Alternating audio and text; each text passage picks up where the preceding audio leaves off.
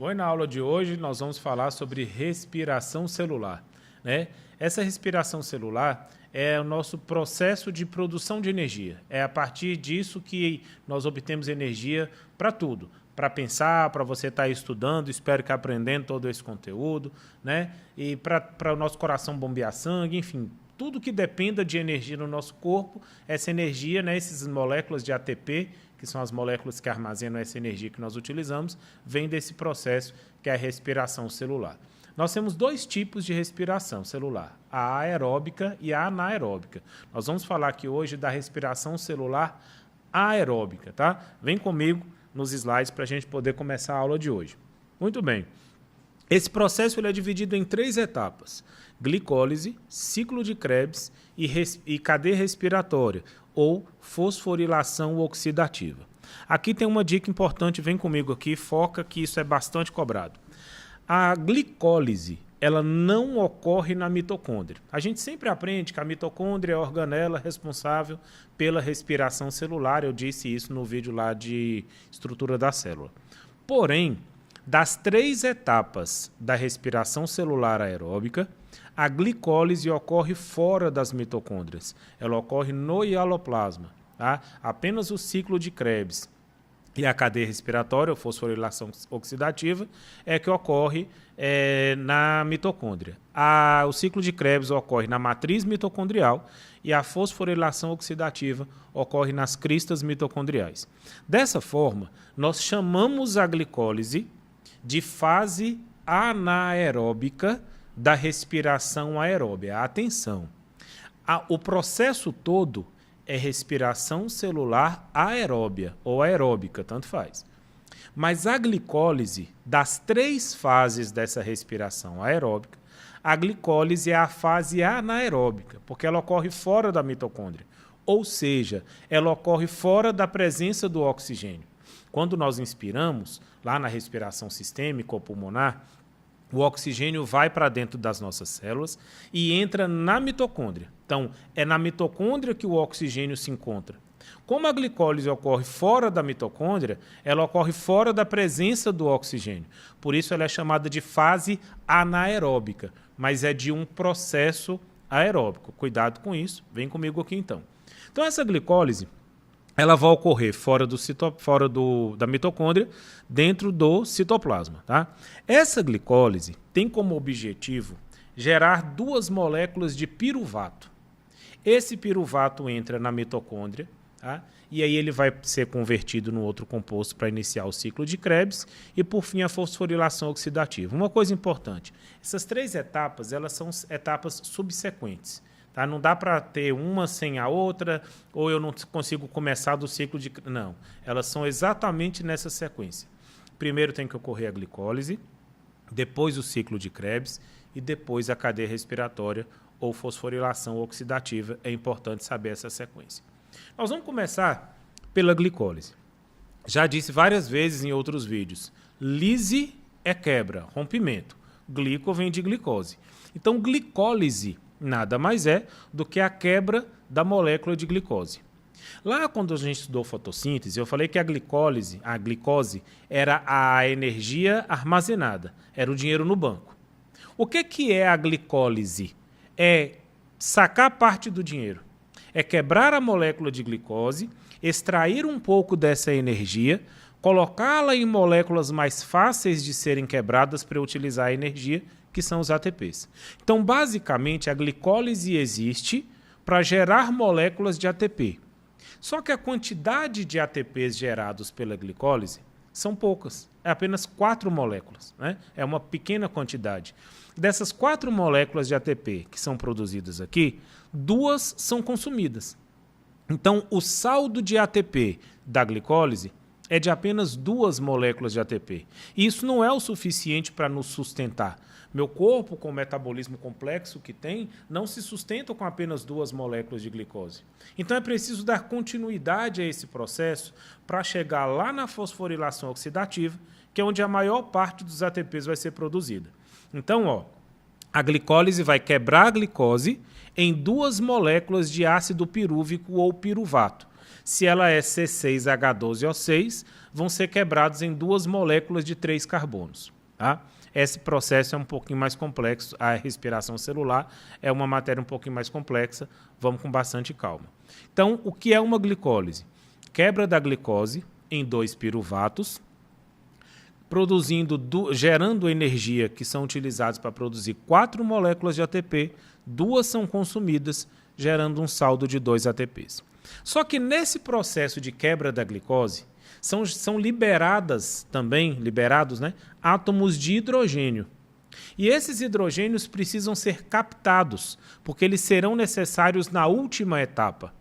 Assim como na fotossíntese, aqui tem uma molécula que também capta os hidrogênios. Lá era o NADP, aqui é apenas NAD. Tá? Então, esse NAD vai captar as moléculas de hidrogênio que estão sendo liberadas e levá-las para as cristas mitocondriais. Os ATPs produzidos aqui serão os ATPs que já começam a ficar disponíveis para o consumo do nosso organismo, realizar o seu metabolismo. Acontece que esse ácido pirúvico ou piruvato é uma molécula, como eu disse, de 3 carbonos. E para entrar no ciclo de Krebs, a molécula precisa ter 2 carbonos. Então, alguma coisa tem que acontecer entre a glicólise e o ciclo de Krebs para que essa molécula, piruvato, que sai da glicólise, chegue no ciclo de Krebs com uma molécula de carbono a menos. Tá? O que acontece é a perda de um carbono. E atenção, a forma de perder carbono aqui é na forma de CO2. Então, quando a gente aprende lá na respiração sistêmica, vem comigo, que eu inspiro o O2 e expiro o CO2, parte do CO2 que eu expiro vem daqui, vem da conversão de piruvato em acetil. Então, não é um passe de mágicas. O oxigênio ele não é transformado assim do nada em CO2. O oxigênio que eu absorvi vai para dentro da mitocôndria. O CO2 que eu estou liberando vem da conversão do piruvato em acetil. Porque quando eu perco um CO2, eu estou diminuindo um átomo de carbono na molécula. Olha para cá. Ácido pirúvico, como você vê no slide, 3 carbonos. Né? Acetil. Acetil é uma molécula de 2 carbonos. Um CO2, você está vendo a setinha aí, ele está saindo do ciclo, ou seja, eu estou liberando esse CO2 que vai ser expirado. Tá? Também está sendo liberado hidrogênio e aí, mais uma vez, captado pelo NAD. Só que para que o acetil entre no ciclo de Krebs, ele precisa de uma enzima. E essa enzima é chamada de coenzima A. Por isso que você tem ali acetil, coenzima A. A coenzima, ela apenas catalisa o processo. Ela apenas permite a ligação do acetil com o ácido oxalacético. Assim como eu disse no ciclo de Calvin lá na fotossíntese, esses nomes não são muito importantes. Dificilmente eles são cobrados nos vestibulares. Caso você tenha questão do vestibular que você vai tentar, se for um vestibular específico, e você precise de orientação sobre esse nome, pode me procurar, tá? Me acompanha nas redes sociais, me chama no direct, né? Se você não me segue ainda, pode me seguir lá no Instagram, o arleyfs_78. Me chama no direct, me chama lá que eu vou te orientar, vou te explicar sobre esses nomes, vou dizer como é que você pode, né, fazer para tentar decorá-los, enfim. Pode me chamar lá no privado. Aqui a gente vai dar continuidade de uma forma que atenda praticamente todos os vestibulares. Mas caso você precise dessa especificidade, eu estou à sua disposição. Voltando aqui para o slide, a gente tem então o acetil, a coenzima A vai permitir a ligação do acetil com ácido oxalacético. Observe uma coisa, está sendo formada a primeira molécula de 6 carbonos, ela é chamada de citrato. Pode ser que o ciclo de Krebs venha com o nome ciclo do ácido cítrico, que é o mesmo do citrato. Esse nome você pode guardar. Então veja, se o ciclo vem com um composto de 4 carbonos e ele vai formar o citrato com 6, então o acetil tem que ter 2. Por isso que não pode ser o piruvato a entrar no ciclo. Se é o piruvato que reage com esse composto de 4 carbonos, não formaria o citrato, porque formaria um composto de 7 e não de 6 carbonos. Então não seria esse o processo, nós não existiríamos provavelmente.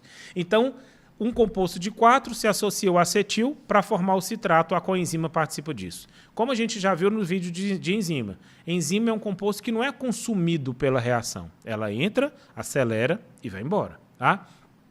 Esse citrato vai ser convertido em outro composto, cetoglutarato, succinato, fumarato, malato, até voltar em ácido oxalacético. O que é importante você compreender aqui? Que essas conversões de uma molécula em outra, elas vão perdendo o hidrogênio e perdendo o carbono. Então, à medida que eu vou de citrato para cetoglutarato, era um composto de 6, que passou para um composto de 5 carbonos. Perdeu-se um gás carbônico. Depois eu vou de cetoglutarato para succinato, de 5 para 4 carbonos. De novo, perdeu-se um CO2. E esses gás carbônicos também serão expirados. Então, todo o gás carbônico que nós expiramos na nossa respiração sistêmica vem da conversão do piruvato em acetil e vem do ciclo de Krebs, da conversão do citrato em cetoglutarato e do cetoglutarato em succinato. À medida que eu perco átomos de carbono na forma de CO2, também são liberados hidrogênios, captados por moléculas chamadas de NAD e de FAD. Lembra que esses hidrogênios todos captados vão ser utilizados na última fase, que é a fosforilação oxidativa. À medida que esses compostos vão sendo convertidos, hidrogênios captados, também vai sendo liberada energia. Mas aqui é bem menos energético, apenas 1 ATP para cada ciclo de Krebs. Lá na glicólise, o saldo era o de 2. Aqui no ciclo de Krebs, cada ciclo gera energia para apenas 1 ATP. Voltou para o ácido oxalacético, que se liga com acetil de novo, e aí permanece num ciclo de Krebs, gerando sempre moléculas de hidrogênio captadas pelo NAD e FAD, gerando também gás carbônico que vai ser expirado e gerando energia para um único ATP. A próxima fase, fosforilação oxidativa, eu vou deixar para um próximo vídeo, porque a gente vai detalhar ela bastante. Te espero no próximo. Valeu!